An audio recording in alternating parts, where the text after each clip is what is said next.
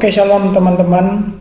Hari ini saya akan memberikan berita-berita yang hidup yang tentunya sangat penting untuk kita pelajari bersama-sama.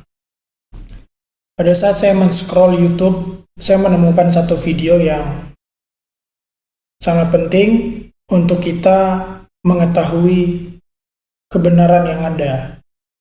Nah, untuk itu, tanpa berlama-lama lagi, kita akan simak video tersebut.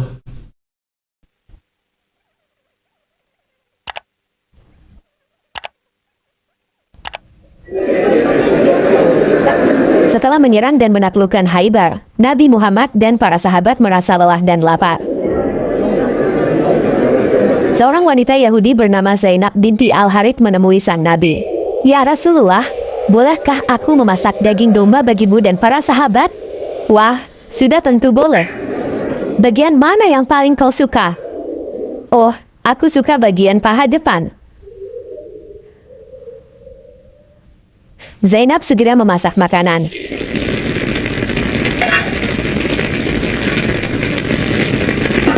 "Suamiku Salam ibn Miskam dan para lelaki di keluargaku dibunuh Muhammad. Ini kesempatan dari Tuhan untuk membalas keluargaku." Zainab menaburi racun kuat pada daging domba itu. "Nih, untuk suamiku, kau bunuh dia. Ini lagi, untuk pamanku. Ini untuk abangku. Oh, nasib keluargaku." Zainab menghidangkan masakan domba itu pada sang Nabi dan para sahabatnya. Seorang muslim bernama Bishr ibn al-Bara ibn Marur duduk di sebelah Nabi. Nabi memakan dagingnya, tapi tidak menelannya. Bishr juga memakannya, dan dia lalu menelan daging itu. "Wow, tahan tangan kalian. Kaki domba ini memberitahuku bahwa ia beracun." Wajah Bishr menghijau. Dia langsung jatuh ke lantai dan mati.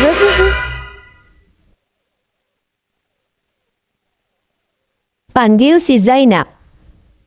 Zainab dibawa menghadap Nabi. "Mengapa kamu melakukan ini? Kau bunuh ayahku, pamanku, suamiku. Kamu rampas harta milik kami. Aku berkata padaku, jika dia memang nabi, maka tentu dia akan tahu. Domba ini yang memberitahunya. Jika dia raja, tentu dia akan mati. Allah tak akan mengizinkanmu." Di kemudian hari, keluarga Bishr menuntut pembalasan dan lalu membunuh Zainab. Ketika Nabi kembali ke Madinah setelah melakukan upacara naik haji, dia mulai mengeluh kesakitan. Kabar tentang Nabi sakit mulai menyebar.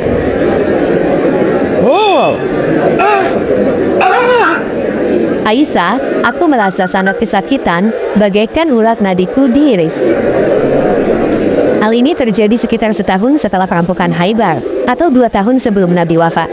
Rupanya, racun itu secara perlahan merusak tubuhnya dan mengakibatkan rasa sakit yang hebat. Ketika Nabi mulai merasa sakit akibat racun itu, dia menyampaikan hal ini pada orang-orang sekitarnya. Ibu Bishr bin al-Bara datang menjenguknya. "Oh, Rasulullah, ada apa denganmu?" Bishr, rasanya urat jantungku diiris karena makanan yang kumakan bersama putramu di Khaybar." "Oh Rasulullah, aku tak pernah melihat orang demam seperti ini. Cobaan kita berkali lipat, demikian juga anugerah kita di surga. Apa yang orang katakan tentang penyakitku?" "Oh, mereka bilang itu birsam." Allah tak akan membiarkan rasulnya menderita birsam karena itu adalah tanda kerasukan setan, tapi penyakitku adalah karena daging yang kumakan bersama putramu. Racun itu memotong urat jantungku."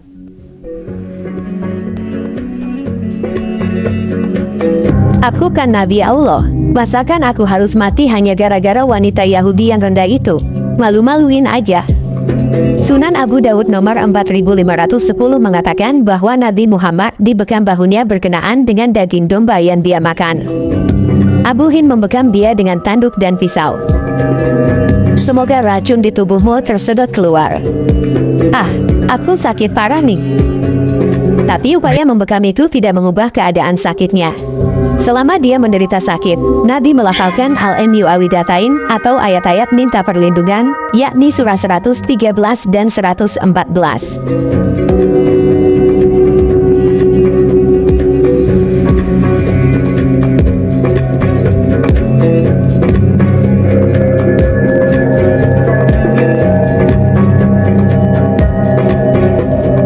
Dan dia lalu meniup seluruh tubuhnya sembari mengusap wajahnya. Ini jelas merupakan usaha ingin sembuh.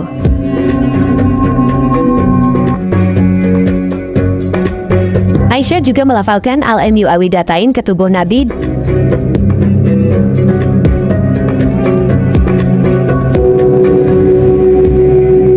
dan mengusapkan tangan Nabi ke tubuhnya dengan harapan mendapat berkah kesembuhan.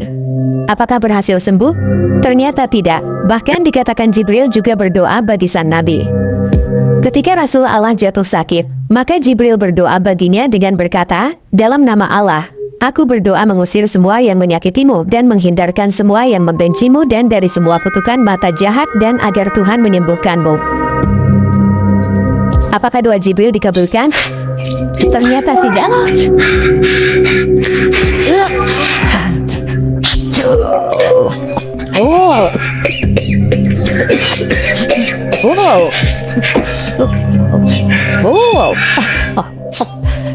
Sirah Nabawiyah, halaman 679, oleh Ibn Hisham. Lalu penyakit Nabi semakin memburuk dan dia kesakitan luar biasa.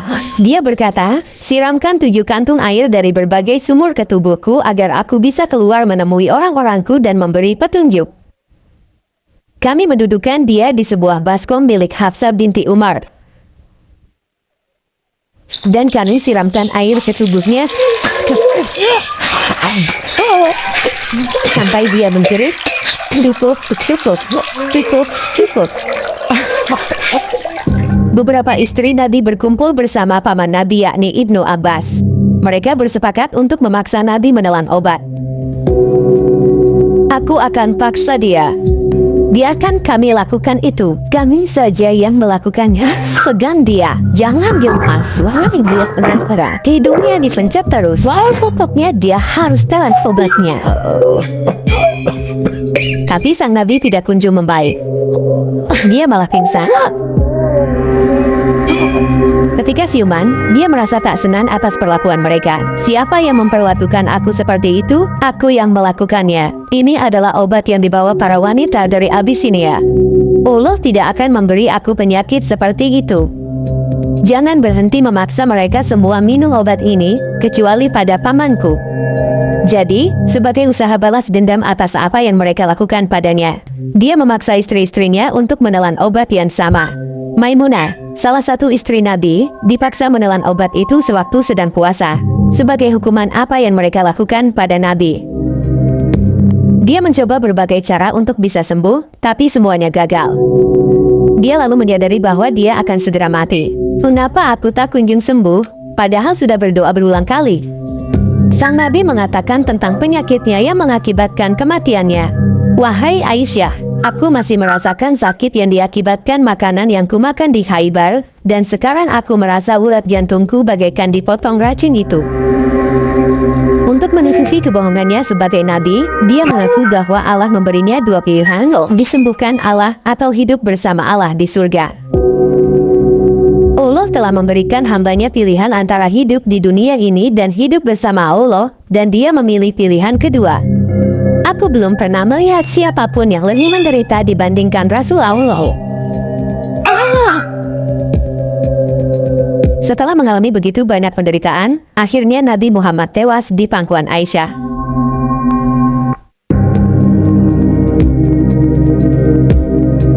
Para sahabat Nabi tidak menguburkan Nabi Muhammad selama 3 hari. Mereka membiarkan saja mayatnya membusuk di kamarnya selama itu. Mungkin mereka mengira dia akan bangkit kembali di hari yang ketiga seperti siapa tuh? Siapa? Saya.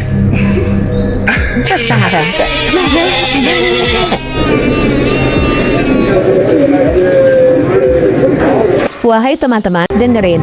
Rasul Allah benar-benar sudah mati. Dia itu hanyalah manusia biasa dan akan membusuk seperti manusia mati lainnya. Marilah kita kuburkan sahabat kita ini. Akhirnya para sahabat menguburkan mayat Nabi Muhammad. Mari telah berbagai kejadian yang berakhir dengan kematian Nabi Muhammad untuk melihat apakah dia itu Nabi asli atau palsu. Contohnya, Zainab binti Al-Harith yakin bahwa Allah tentunya memperingatkan Nabi asli tentang racun itu dan tidak pada Nabi palsu. Muslim pun, termasuk Muhammad, yakin akan hal itu. Itulah sebabnya mengapa Nabi Muhammad berkata, Allah tak akan pernah memberimu kemampuan untuk membunuhku. Fakta bahwa Muhammad tewas karena racun itu membuktikan bahwa Allah tak mampu melindungi Rasulnya yang tercinta dan bahwa Muhammad adalah Nabi palsu. Zainab seorang diri saja mampu mengenyahkannya. Bukti lain adalah bahwa Muhammad berusaha keras untuk sembuh, tapi semua usaha dan doanya tidak mempan. Ini bukan pertama kali doanya gagal. Dia berdoa demi nyawa putranya, Ibrahim, tapi tidak dikabulkan. Salah seorang istrinya, yakni Al-Shanbah bin Amr Al-Ghifariyah, melihat betapa sia-sianya doa sang Nabi. Karena itu, dia bertanya, jika engkau adalah Nabi asli, tentu putramu tidak akan mati. Apa kurang ajar kamu? Talak.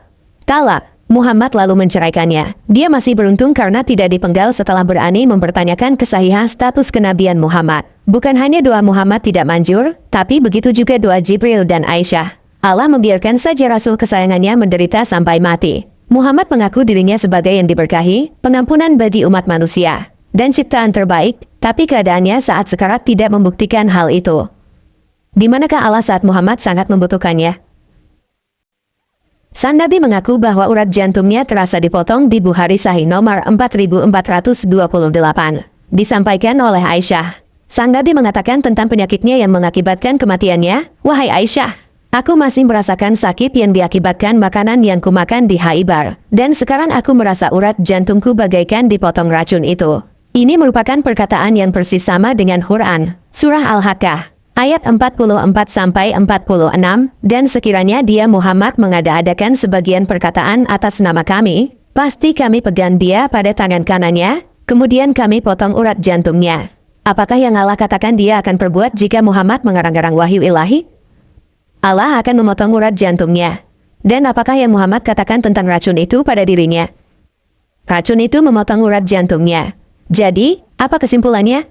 Muhammad mati persis seperti yang Allah katakan bagaimana dia mati jika dia memasukkan wahyu ilahi. Yo, Al-Shanbah, aku dengar Nabi menceraikanmu. Iya, betul. Wah, janganlah bersedih. Kau kan sekarang sudah bebas dari bandut tua itu. Lebih baik nikmati saja irama dangdut ini.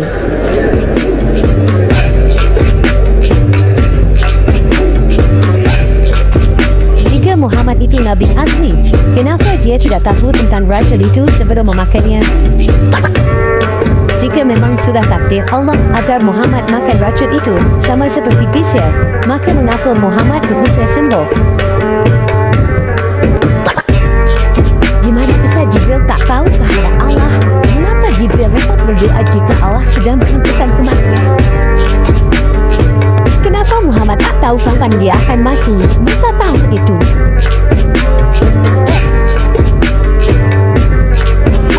Yesus juga tahu itu.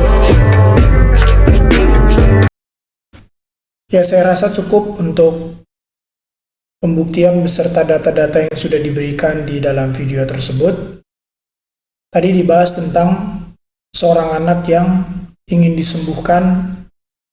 Saya teringat kepada salah satu nabi yang ada dalam perjanjian lama, yaitu Nabi Elia. Jadi pada saat itu firman Tuhan berkata kepada Nabi Elia. Nabi Elia ini adalah nabi yang ditunjuk langsung oleh Tuhan dan pengangkatannya sebagai nabi adalah jelas. Di dalam 1 Raja-Raja 17 ayat 7 sampai yang ke 18, tapi saya akan membacakannya di ayat yang ke 11 sampai 18. Itu dengan perikop Elia dan janda di Safat. Jadi pada saat di ayat 7, sesudah beberapa waktu sungai itu menjadi kering sebab hujan tiada turun di negeri itu. Singkat cerita, Tuhan menyuruh Elia untuk tinggal bersama janda yang ada di Sarfat. Janda itu memiliki seorang anak. Ketika Elia tinggal bersama-sama dengan janda tersebut, anaknya sakit keras dan akhirnya mati. Nah, di ayat 17 dikatakan, sesudah itu anak dari perempuan pemilik rumah itu jatuh sakit dan sakitnya itu sangat keras sampai tidak ada nafasnya lagi. 18, kata perempuan itu kepada Elia, apakah maksudmu datang kemari, ya abdi Allah? Singgahkah engkau kepadaku untuk mengingatkan kesalahanku dan untuk menyebabkan anakku mati? 19, kata Elia kepadanya, berikanlah anakmu itu kepadaku. Elia mengambilnya dari pangkuan perempuan itu dan membawanya naik ke kamarnya di atas dan membaringkan anak itu di tempat tidurnya. Sesudah itu ia berseru kepada Tuhan, katanya, ya Tuhan, Allahku, apakah engkau menimpakan kemalangan ini atas janda ini juga, yang menerima aku sebagai penumpang dengan membunuh anaknya? 21, lalu ia mengujurkan badannya di atas anak itu 3 kali dan berseru kepada Tuhan, katanya, ya Tuhan, Allahku, pulangkanlah kiranya nyawa anak ini ke dalam tubuhnya. Tuhan mendengarkan permintaan Elia itu, dan nyawa anak itu pulang ke dalam tubuhnya sehingga ia hidup kembali. Elia adalah seorang nabi Tuhan.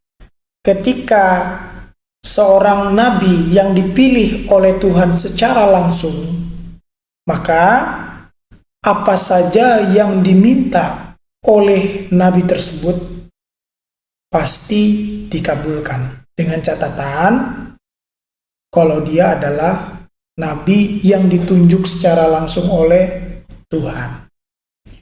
Nah, tadi berbicara soal kematian. Kalau seorang nabi, dia adalah seorang nabi yang ditunjuk langsung oleh Tuhan, pasti dia akan tahu akan kematiannya, karena Tuhan sudah menyampaikannya terlebih dahulu. Contoh Musa, kita buka Alkitab kita tadi ya, disinggung tadi kematian Musa, di Ulangan 34,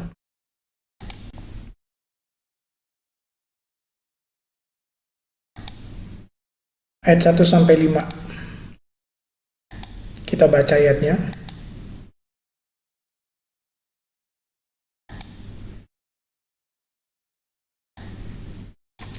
Kemudian naiklah Musa dan dari dataran Moab ke atas gunung Nebo, yakni ke atas puncak Pisga yang di tentangan Yeriko.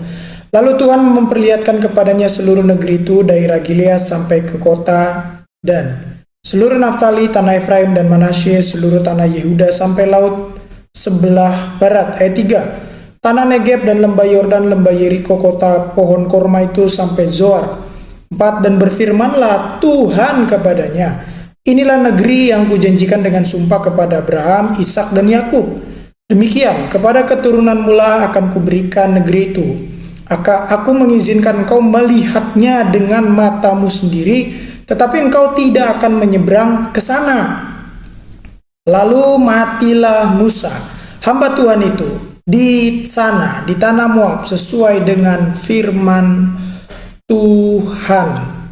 Jadi Musa, karena dia marah kepada bangsa Israel pada saat Tuhan berfirman kepada Musa hanya berbicara kepada batu untuk mengeluarkan air, tapi karena Musa marah, maka ia memukul dengan tongkatnya. Maka Tuhan hanya mengizinkan Musa untuk melihat tanah perjanjian dari Gunung Nebo. Kemudian firman Tuhan berkata bahwa Musa tidak akan pergi ke sana, melainkan dia akan mati di Gunung Nebo, sesuai dengan firman Tuhan. Dan ini adalah salah satu contoh, dia adalah seorang nabi yang ditunjuk dari Tuhan sendiri. Dia tahu akan kematiannya kapan. Contoh lagi, di dalam Markus 8 ayat 31.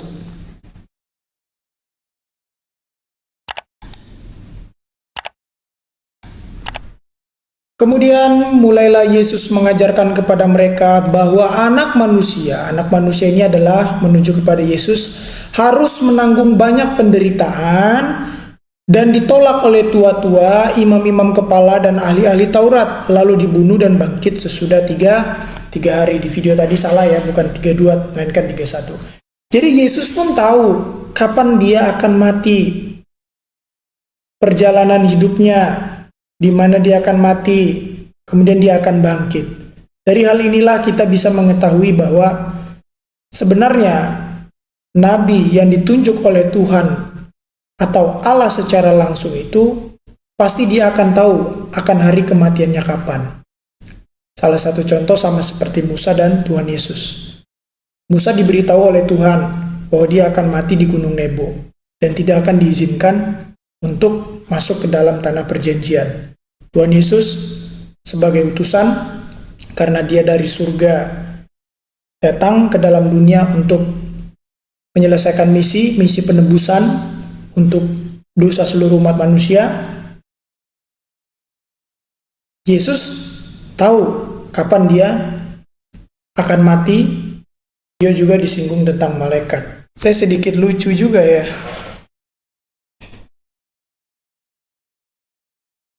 Malaikat itu seharusnya tahu apa yang menjadi kehendak daripada Tuhan. Contoh di dalam Alkitab ya. Di dalam Lukas 1 ayat 26.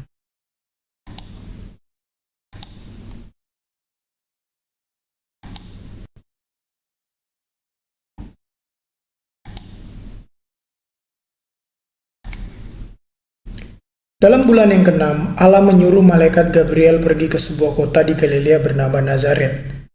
Jadi, Allah menyuruh malaikat Gabriel. Berarti Gabriel mengetahui kehendak Tuhan. Apa itu? Kepada seorang perawan yang bertunangan dengan seorang bernama Yusuf dari keluarga Daud. Namanya Maria. Nah, ketika malaikat itu masuk ke rumah Maria, ia berkata, "Salam hai engkau yang dikaruniai, Tuhan menyertai engkau." Maria terkejut mendengar perkataan itu, lalu bertanya di dalam hatinya, apakah arti salam itu? Kata malaikat itu kepadanya, "Jangan takut hai Maria, sebab engkau beroleh kasih karunia di hadapan Allah. Sesungguhnya engkau akan mengandung dan akan melahirkan seorang anak laki-laki dan hendaklah engkau menamai dia Yesus. Ia akan menjadi besar dan akan disebut anak Allah yang Maha Tinggi, dan Tuhan Allah akan mengaruniakan kepadanya tahta Daud bapa leluhurnya." Kata Maria, "Bagaimana hal itu mungkin terjadi karena aku belum bersuami?" Jawab malaikat itu kepadanya, "Roh Kudus akan turun atasmu dan kuasa Allah yang Maha Tinggi akan menaungi engkau, sebab itu anak yang kau lahirkan itu akan disebut Kudus, anak Allah." Jadi peran malaikat di sini tahu apa itu, untuk menyampaikan pesan kepada Maria, ya, kepada Maria bahwasannya seorang juru selamat akan lahir dan Allah memberikan kasih karunia kepada Maria dan meminjam rahimnya untuk melahirkan seorang juru selamat. Di sini kita bisa melihat peran daripada malaikat Gabriel ternyata selaras nih dengan apa yang dikehendaki oleh Allah. Allah berkeinginan untuk melahirkan juru selamat dengan meminjam rahim seorang perawan. Dengan demikian, malaikat patuh dan mengetahui. Lalu bagaimana mungkin seorang malaikat dalam video tersebut tadi tidak mengetahui kehendak Tuhan? Perlu dipertanyakan, itu malaikat dari mana? Jadi itu saja mungkin pembahasan yang bisa saya jelaskan.